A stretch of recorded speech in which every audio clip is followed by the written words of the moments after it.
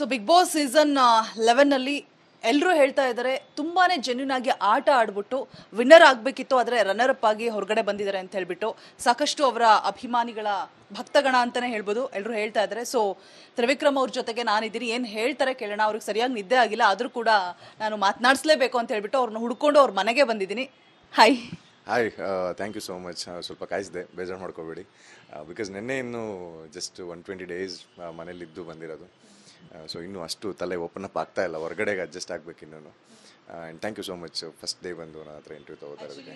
ನೀವೆಲ್ಲ ನಾನು ಕ್ಷಮೆ ಕೇಳಬೇಕು ತ್ರಿವಿಕ್ರಮ್ ಅವ್ರು, ಯಾಕಂತಂದರೆ ಪಾಪ ಅವ್ರಿಗೆ ನಿದ್ದೆ ಕೂಡ ಆಗಿಲ್ಲ, ಬೆಳಗಿನ ಜಾವ ಬಂದಿದ್ದೀರಾ. ಆದರೂ ನಾನು ಇಲ್ಲ, ನನ್ನ ಜೊತೆ ಮಾತನಾಡಿ ಅಂತ ಹೇಳ್ಬಿಟ್ಟು ಬಂದಿದ್ದೀನಿ. ಸೊ ಕ್ಷಮೆ ಇರಲಿ, ನಾನು ಹೋದ್ಮೇಲೆ ಮಲ್ಕೊಡಿ. ಇಲ್ಲ ma'am, thank you so much. And ಇದಕ್ಕೋಸ್ಕರ ನಾವು ಕೆಲಸ ಮಾಡೋದು. ಆ್ಯಂಡ್ ನಿಮ್ಮ ಮುಖಾಂತರ ನಾನು ಜನಗಳನ್ನ ಮುಟ್ಟಕ್ಕಾಗೋದು, ಅಲ್ಲೇನಾಗಿತ್ತು, ಅಲ್ಲೇನು ಇನ್ನು ನಂದೇನು ಎಕ್ಸ್ಪೀರಿಯನ್ಸ್ ಇದೆ ಅನ್ನೋದನ್ನು ನಾನು ನಿಮ್ಮ ಮುಖಾಂತರ ತಿಳಿಸ್ಬೇಕು. And thank you so much for that. And ಇರಲಿ ಮೇಡಮ್, ನೀವೇನೇನು ಕ್ವಶನ್ ಕೇಳ್ತೀರೋ ಆರಾಮಾಗಿ ಆನ್ಸರ್ ಮಾಡ್ತಾ ಹೋಗ್ತೀನಿ.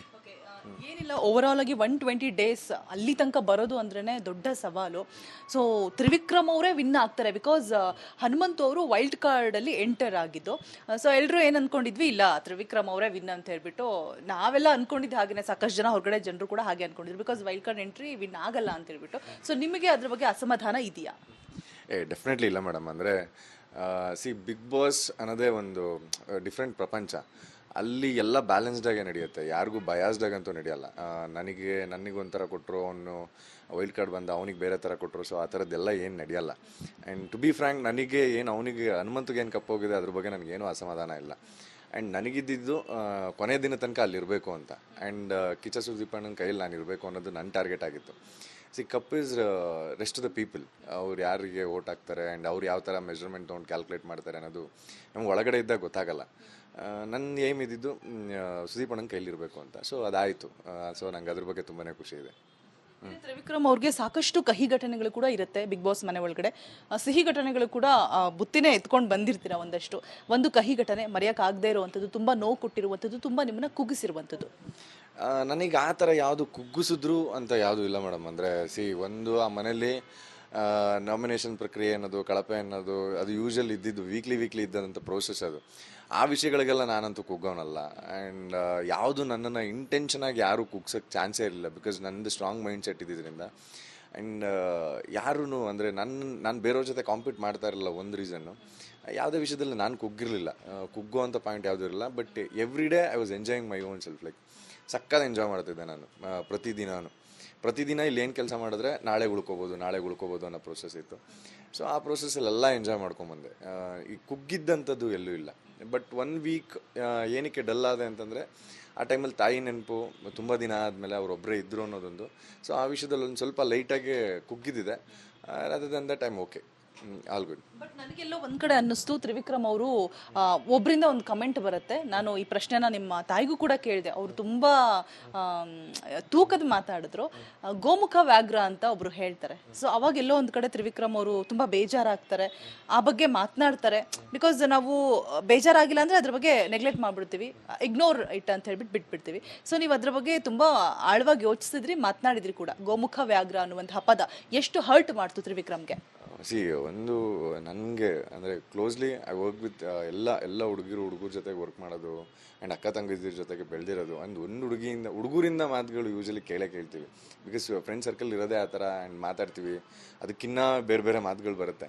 ಬಟ್ ಇಲ್ಲಿ ಒಂದು ಹುಡುಗಿ ಬಂದ್ಬಿಟ್ಟು ನೇರವಾಗಿ ಗೋಮುಖ ವ್ಯಾಘ್ರ ಅಂದಾಗ ಆ ಟೈಮಿಗೆ ಹರ್ಟ್ ಆಯಿತು, ಏನಕ್ಕೆ ಅಂದರು ಅನ್ನೋದೊಂದು ಸ್ವಲ್ಪ ಥಾಟ್ ಪ್ರೊಸೆಸ್ ಬಂತು. ಅದಾದಮೇಲೆ ಯಾವಾಗ ಬಿಗ್ ಬಾಸಿಂದ ನನಗೆ ಕ್ಲಾರಿಟಿ ಸಿಕ್ತು, ಆ್ಯಂಡ್ ಅವ್ರು ಗೇಮ್ ಮಾಡ್ತಾಯಿದ್ದಾರೆ, ನೀವು ನಿಮ್ಮ ಗೇಮ್ ಮಾಡಬೇಕು ಅಂತ. And it's all in a situation happened. ಅವರು ಏನು ಇಂಟೆನ್ಷನಾಗಿ ಏನು ಬೇಕು ಅಂತಂದಿರಲಿಲ್ಲ, ಅದು ಫ್ಲೋಲ್ ಬಂದಿರೋದು. ಆ ಥರ ಫ್ಲೋಲ್ ತುಂಬ ಮಾತುಗಳು ಬರ್ತಾವೆ ಮನೇಲಿ, ಅದನ್ನೆಲ್ಲ ಹರ್ಟ್ ಮಾಡ್ತಾ ಕೂತ್ಕೊಳ್ಳೋಕ್ಕಾಗಲ್ಲ. ಬಟ್ ನಂಗೆ ಆ ಟೈಮಲ್ಲಿ ಹರ್ಟ್ ಆಗಿತ್ತು, ಏನಕ್ಕೆ ಹಿಂಗೆ ಅಂದ್ಬಿಟ್ರು ಒಂದು ಇದಾಗಿ ಅಂತ ಅಂದ್ಬಿಟ್ಟು. ಬಿಕಾಸ್ ಮೋಕ್ಷಿತಾ ಅವ್ರನ್ನ ನಾನು ಸೀರಿಯಲೆಲ್ಲ ನೋಡಿದ್ವಿ, ಬಿಕಾಸ್ ನಮ್ಮ ಟೈಮಿಂಗಲ್ಲೇ ಬರ್ತಾಯಿದ್ದಿದ್ದು serial. I was a fan boy to her. Like ಆ ಥರ ನೋಡ್ಕೊಂಡು ಹೋಗಿದ್ದಿದ್ದು. ನಾನು ಅದನ್ನು ಅವ್ರಿಗೆ ನೇರವಾಗಿ ಹೇಳಿದ್ದೆ, ನಾನು ನಿಮ್ಮ ಸೀರಿಯಲ್ ನೋಡ್ಕೊಂಬಂದಿದ್ದೀನಿ ಹಂಗೆ ಅಂತ. ಅದು ಫ್ಲೋಲ್ ಬಂದಿದ್ದು ಆ ಟೈಮಲ್ಲಿ. ಅವ್ರಿಗೆಲ್ಲ ನಾನು ಟಾರ್ಗೆಟ್ ನಾಮಿನೇಷನ್ ಮಾಡ್ತಾಯಿದ್ದೀನಿ ಅಂತ ಅನಿಸಿತ್ತು. ಆ್ಯಂಡ್ ಆ ಟೈಮಲ್ಲಿ ಅವ್ರಿಗೆ ಅನಿಸಿ ಆ ಥರ ಮಾತಾಡಿದ್ರು. ಬಟ್ ಅದೆಲ್ಲ ಬರ್ತಾ ಕ್ಲಿಯರ್ ಆಯಿತು ನನಗೆ. ಕ್ಷಮೆ ಏನಾದರೂ ಕೇಳಿದ್ರ ಮೋಕ್ಷಿತಾ? ಬಿಕಾಸ್ ಕ್ಯಾಮ್ರಾ ಹಿಂದೆ ಒಂದಷ್ಟು ನಾವು ನೋಡಿರಲ್ಲ ಸೀನ್ಸ್ನ. ಇಲ್ಲ ಕ್ಷಮೆ ಅಂತ ಏನು ಕೇಳಲಿಲ್ಲ, but it's in a flow. ನನಗೆ ಅದು ಅರ್ಥ ಆಯ್ತು ಆಮೇಲೆ ಫ್ಲೋಲ್ ಬಂದಿದ್ದು. ಒಂದಷ್ಟು ಕೇಳಿಕೆ ಮಾತುಗಳಿರ್ತವೆ. ಬಿಕಾಸ್ ಆ ಮನೇಲಿ ಒಂದು ಕಾರ್ನರಿಂದ ಇನ್ನೊಬ್ಬ ಕಾರ್ನಲ್ಲಿ ಕುತ್ಕೊಂಡು ನೋಡಿದಾಗ ಯಾರೋ ಏನೋ ಪ್ಲ್ಯಾನ್ ಮಾಡ್ತಿದ್ದಾರೆ ಅಂತ ಅನ್ಸುತ್ತೆ. ಅಲ್ಲಿರೋರು ಎಲ್ಲರೂ ಕಪ್ ಗೆಲ್ಲಕ್ಕೆ ಬಂದಿರೋದು ಅಂತಂದಾಗ ಏನೋ ಪ್ಲ್ಯಾನ್ ಮಾಡ್ತಾ ಇದ್ದಾರೆ, ನಮ್ಮನ್ನು ಆಚೆ ಹಾಕಕ್ಕೆ ಏನೋ ಒಂದು ಇದನ್ನು ಮಾಡ್ತಾ ಇದ್ದಾರೆ ಅಂತಲೇ ಅನಿಸುತ್ತೆ. ಸೊ ಅದನ್ನೆಲ್ಲ ನೋಡಿದಾಗ ಓಕೆ, ಇವನು ಅದೇ ಥರ ಇರ್ಬೋದೇನೋ ಅಂತ ಅವರು ಅಂದ್ಕೊಂಡಿದ್ರು. ಆ್ಯಂಡ್ ಬರ್ತಾ ಬರ್ತಾ ಅವ್ರಿಗೂ ಗೊತ್ತಾಯಿತು is not that kind of a person ಅಂತ. ಅದಾದಮೇಲೆ ಆರಾಮಾಗಿದ್ವಿ. ಸೊ ಬಿಗ್ ಬಾಸ್ ಸೀಸನ್ 11ನಲ್ಲಿ ಎಲ್ಲರೂ ಹೇಳ್ತಾ ಇದ್ದಾರೆ ತುಂಬಾನೇ ಜೆನ್ಯೂನ್ ಆಗಿ ಆಟ ಆಡ್ಬಿಟ್ಟು ವಿನ್ನರ್ ಆಗಬೇಕಿತ್ತು, ಆದರೆ ರನ್ನರ್ ಅಪ್ ಆಗಿ ಹೊರಗಡೆ ಬಂದಿದ್ದಾರೆ ಅಂತ ಹೇಳ್ಬಿಟ್ಟು ಸಾಕಷ್ಟು ಅವರ ಅಭಿಮಾನಿಗಳ ಭಕ್ತಗಣ ಅಂತಾನೆ ಹೇಳ್ಬೋದು ಎಲ್ಲರೂ ಹೇಳ್ತಾ ಇದ್ದಾರೆ. ಸೊ ತ್ರಿವಿಕ್ರಮ್ ಅವ್ರ ಜೊತೆಗೆ ನಾನಿದ್ದೀನಿ, ಏನು ಹೇಳ್ತಾರೆ ಕೇಳೋಣ. ಅವ್ರಿಗೆ ಸರಿಯಾಗಿ ನಿದ್ದೆ ಆಗಿಲ್ಲ, ಆದರೂ ಕೂಡ ನಾನು ಮಾತನಾಡಿಸ್ಲೇಬೇಕು ಅಂತ ಹೇಳ್ಬಿಟ್ಟು ಅವ್ರನ್ನ ಹುಡ್ಕೊಂಡು ಅವ್ರ ಮನೆಗೆ ಬಂದಿದ್ದೀನಿ. Hi hi, thank you so much. ಸ್ವಲ್ಪ ಕಾಯಿಸಿದೆ, ಬೇಜಾರು ಮಾಡ್ಕೋಬೇಡಿ. ಬಿಕಾಸ್ ನಿನ್ನೆ ಇನ್ನೂ ಜಸ್ಟ್ 120 ಡೇಸ್ ಮನೇಲಿದ್ದು ಬಂದಿರೋದು. ಸೊ ಇನ್ನೂ ಅಷ್ಟು ತಲೆ ಓಪನ್ ಅಪ್ ಆಗ್ತಾ ಇಲ್ಲ, ಹೊರಗಡೆಗೆ ಅಡ್ಜಸ್ಟ್ ಆಗಬೇಕು ಇನ್ನೂ. And thank you so much first day ಬಂದು ನನ್ನ ಹತ್ರ ಇಂಟರ್ವ್ಯೂ ತಗೋತಾರೋದಕ್ಕೆ. ನೀವೆಲ್ಲ ನಾನು ಕ್ಷಮೆ ಕೇಳಬೇಕು ತ್ರಿವಿಕ್ರಮ್ ಅವ್ರು, ಯಾಕಂತಂದರೆ ಪಾಪ ಅವ್ರಿಗೆ ನಿದ್ದೆ ಕೂಡ ಆಗಿಲ್ಲ, ಬೆಳಗಿನ ಜಾವ ಬಂದಿದ್ದೀರಾ. ಆದರೂ ನಾನು ಇಲ್ಲ, ನನ್ನ ಜೊತೆ ಮಾತನಾಡಿ ಅಂತ ಹೇಳ್ಬಿಟ್ಟು ಬಂದಿದ್ದೀನಿ. ಸೊ ಕ್ಷಮೆ ಇರಲಿ, ನಾನು ಹೋದ್ಮೇಲೆ ಮಲ್ಕೊಳ್ಳಿ. ಇಲ್ಲ ma'am, thank you so much. And ಇದಕ್ಕೋಸ್ಕರ ನಾವು ಕೆಲಸ ಮಾಡೋದು. ಆ್ಯಂಡ್ ನಿಮ್ಮ ಮುಖಾಂತರ ನಾನು ಜನಗಳನ್ನ ಮುಟ್ಟಕ್ಕಾಗೋದು. ಅಲ್ಲಿ ಏನಾಗಿತ್ತು, ಅಲ್ಲಿ ಇನ್ನು ನಂದೇನು ಎಕ್ಸ್ಪೀರಿಯನ್ಸ್ ಇದೆ ಅನ್ನೋದನ್ನು ನಾನು ನಿಮ್ಮ ಮುಖಾಂತರ ತಿಳಿಸ್ಬೇಕು. And thank you so much for that. And ಇರಲಿ ಮೇಡಮ್, ನೀವೇನೇನು ಕ್ವಶನ್ ಕೇಳ್ತೀರೋ ಆರಾಮಾಗಿ ಆನ್ಸರ್ ಮಾಡ್ತಾ ಹೋಗ್ತೀನಿ. ಏನಿಲ್ಲ, ಓವರ್ ಆಲ್ ಆಗಿ 120 ಡೇಸ್ ಅಲ್ಲಿ ತನಕ ಬರೋದು ಅಂದ್ರೇ ದೊಡ್ಡ ಸವಾಲು. ಸೊ ತ್ರಿವಿಕ್ರಮ್ ಅವರೇ ವಿನ್ ಆಗ್ತಾರೆ, ಬಿಕಾಸ್ ಹನುಮಂತು ಅವರು ವೈಲ್ಡ್ ಕಾರ್ಡಲ್ಲಿ ಎಂಟರ್ ಆಗಿದ್ದು. ಸೊ ಎಲ್ಲರೂ ಏನು ಅಂದ್ಕೊಂಡಿದ್ವಿ, ಇಲ್ಲ ತ್ರಿವಿಕ್ರಮ್ ಅವರೇ ವಿನ್ ಅಂತ ಹೇಳ್ಬಿಟ್ಟು ನಾವೆಲ್ಲ ಅಂದ್ಕೊಂಡಿದ್ದು ಹಾಗೆಯೇ, ಸಾಕಷ್ಟು ಜನ ಹೊರಗಡೆ ಜನರು ಕೂಡ ಹಾಗೆ ಅಂದ್ಕೊಂಡಿದ್ರು, because wild card entry win ಆಗಲ್ಲ ಅಂತ ಹೇಳ್ಬಿಟ್ಟು. ಸೊ ನಿಮಗೆ ಅದ್ರ ಬಗ್ಗೆ ಅಸಮಾಧಾನ ಇದೆಯಾ? ಡೆಫಿನೆಟ್ಲಿ ಇಲ್ಲ ಮೇಡಮ್. ಅಂದರೆ ಬಿಗ್ ಬಾಸ್ ಅನ್ನೋದೇ ಒಂದು ಡಿಫ್ರೆಂಟ್ ಪ್ರಪಂಚ. ಅಲ್ಲಿ ಎಲ್ಲ ಬ್ಯಾಲೆನ್ಸ್ಡಾಗೆ ನಡೆಯುತ್ತೆ, ಯಾರಿಗೂ ಬಯಾಸ್ಡಾಗಂತೂ ನಡೆಯಲ್ಲ. ನನಗೊಂಥರ ಕೊಟ್ಟರು, ಅವನು ವೈಲ್ಡ್ ಕಾರ್ಡ್ ಬಂದ ಅವನಿಗೆ ಬೇರೆ ಥರ ಕೊಟ್ಟರು. ಸೊ ಆ ಥರದ್ದೆಲ್ಲ ಏನು ನಡೆಯಲ್ಲ. ಆ್ಯಂಡ್ ಟು ಬಿ ಫ್ರ್ಯಾಂಕ್, ನನಗೆ ಏನು ಅವನಿಗೆ ಹನುಮಂತಿಗೆ ಏನು ಕಪ್ಪೋಗಿದೆ ಅದ್ರ ಬಗ್ಗೆ ನನಗೇನೂ ಅಸಮಾಧಾನ ಇಲ್ಲ. ಆ್ಯಂಡ್ ನನಗಿದ್ದಿದ್ದು ಕೊನೆ ದಿನ ತನಕ ಅಲ್ಲಿರಬೇಕು ಅಂತ. ಆ್ಯಂಡ್ ಕಿಚ್ಚ ಸುದೀಪ್ ಅಣ್ಣನ ಕೈಯಲ್ಲಿ ನಾನು ಇರಬೇಕು ಅನ್ನೋದು ನನ್ನ ಟಾರ್ಗೆಟ್ ಆಗಿತ್ತು. Cup is rest of the people, ಅವ್ರು ಯಾರಿಗೆ ಓಟ್ ಹಾಕ್ತಾರೆ ಆ್ಯಂಡ್ ಅವ್ರು ಯಾವ ಥರ ಮೆಜರ್ಮೆಂಟ್ ತೊಗೊಂಡು ಕ್ಯಾಲ್ಕುಲೇಟ್ ಮಾಡ್ತಾರೆ ಅನ್ನೋದು ನಮ್ಗೆ ಒಳಗಡೆ ಇದ್ದಾಗ ಗೊತ್ತಾಗಲ್ಲ. ನನ್ನ ಏಮ್ ಇದ್ದಿದ್ದು ಸುದೀಪ್ ಅಣ್ಣನ ಕೈಲಿರಬೇಕು ಅಂತ. ಸೊ ಅದಾಯಿತು. ಸೊ ನಂಗೆ ಅದ್ರ ಬಗ್ಗೆ ತುಂಬಾ ಖುಷಿ ಇದೆ. ತ್ರಿವಿಕ್ರಮ್ ಅವ್ರಿಗೆ ಸಾಕಷ್ಟು ಕಹಿ ಘಟನೆಗಳು ಕೂಡ ಇರುತ್ತೆ ಬಿಗ್ ಬಾಸ್ ಮನೆ ಒಳಗಡೆ. ಸಿಹಿ ಘಟನೆಗಳು ಕೂಡ ಬುತ್ತಿನೇ ಎತ್ಕೊಂಡು ಬಂದಿರ್ತೀರ ಒಂದಷ್ಟು. ಒಂದು ಕಹಿ ಘಟನೆ ಮರೆಯೋಕ್ಕಾಗದೇ ಇರುವಂಥದ್ದು, ತುಂಬ ನೋವು ಕೊಟ್ಟಿರುವಂಥದ್ದು, ತುಂಬ ನಿಮ್ಮನ್ನ ಕುಗ್ಗಿಸಿರುವಂಥದ್ದು.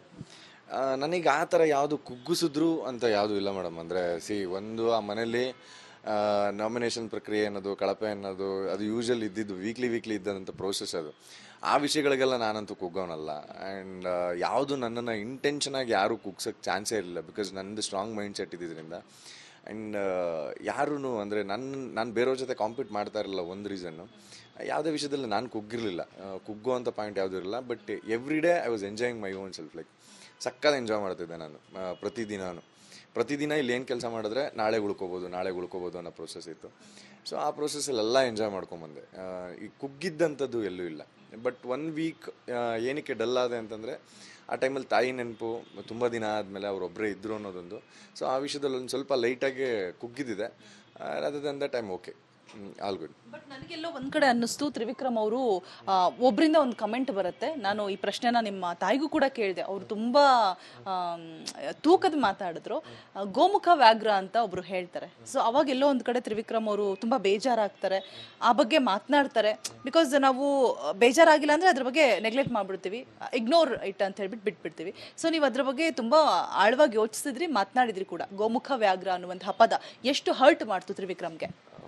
ಒಂದು ನನಗೆ ಅಂದರೆ ಕ್ಲೋಸ್ಲಿ ಐ ವರ್ಕ್ ವಿತ್ ಎಲ್ಲ ಹುಡುಗರ ಜೊತೆಗೆ ವರ್ಕ್ ಮಾಡೋದು. ಆ್ಯಂಡ್ ಅಕ್ಕ ತಂಗಿದ್ರ ಜೊತೆಗೆ ಬೆಳೆದಿರೋದು. ಒಂದು ಹುಡುಗರಿಂದ ಮಾತುಗಳು ಯೂಶಲಿ ಕೇಳ್ತೀವಿ, ಬಿಕಾಸ್ ಫ್ರೆಂಡ್ ಸರ್ಕಲ್ ಇರೋದೇ ಆ ಥರ. ಆ್ಯಂಡ್ ಮಾತಾಡ್ತೀವಿ, ಅದಕ್ಕಿನ್ನ ಬೇರೆ ಮಾತುಗಳು ಬರುತ್ತೆ. ಬಟ್ ಇಲ್ಲೊಂದು ಹುಡುಗಿ ಬಂದ್ಬಿಟ್ಟು ನೇರವಾಗಿ ಗೋಮುಖ ವ್ಯಾಘ್ರ ಅಂದಾಗ ಆ ಟೈಮಿಗೆ ಹರ್ಟ್ ಆಯಿತು. ಏನಕ್ಕೆ ಅಂದರು ಅನ್ನೋದೊಂದು ಸ್ವಲ್ಪ ಥಾಟ್ ಪ್ರೊಸೆಸ್ ಬಂತು. ಅದಾದಮೇಲೆ ಯಾವಾಗ ಬಿಗ್ ಬಾಸಿಂದ ನನಗೆ ಕ್ಲಾರಿಟಿ ಸಿಕ್ತು. ಆ್ಯಂಡ್ ಅವ್ರವ್ರಿಗೆ ಗೇಮ್ ಮಾಡ್ತಾಯಿದ್ದಾರೆ, ನೀವು ನಿಮ್ಮ ಗೇಮ್ ಮಾಡಬೇಕು ಅಂತ. And it's all in a situation happened. ಅವರು ಏನು ಇಂಟೆನ್ಷನಾಗಿ ಏನು ಬೇಕು ಅಂತಂದಿರಲಿಲ್ಲ, ಅದು ಫ್ಲೋಲ್ ಬಂದಿರೋದು. ಆ ಥರ ಫ್ಲೋಲ್ ತುಂಬ ಮಾತುಗಳು ಬರ್ತಾವೆ ಮನೇಲಿ, ಅದನ್ನೆಲ್ಲ ಹರ್ಟ್ ಮಾಡ್ತಾ ಕೂತ್ಕೊಳ್ಳೋಕ್ಕಾಗಲ್ಲ.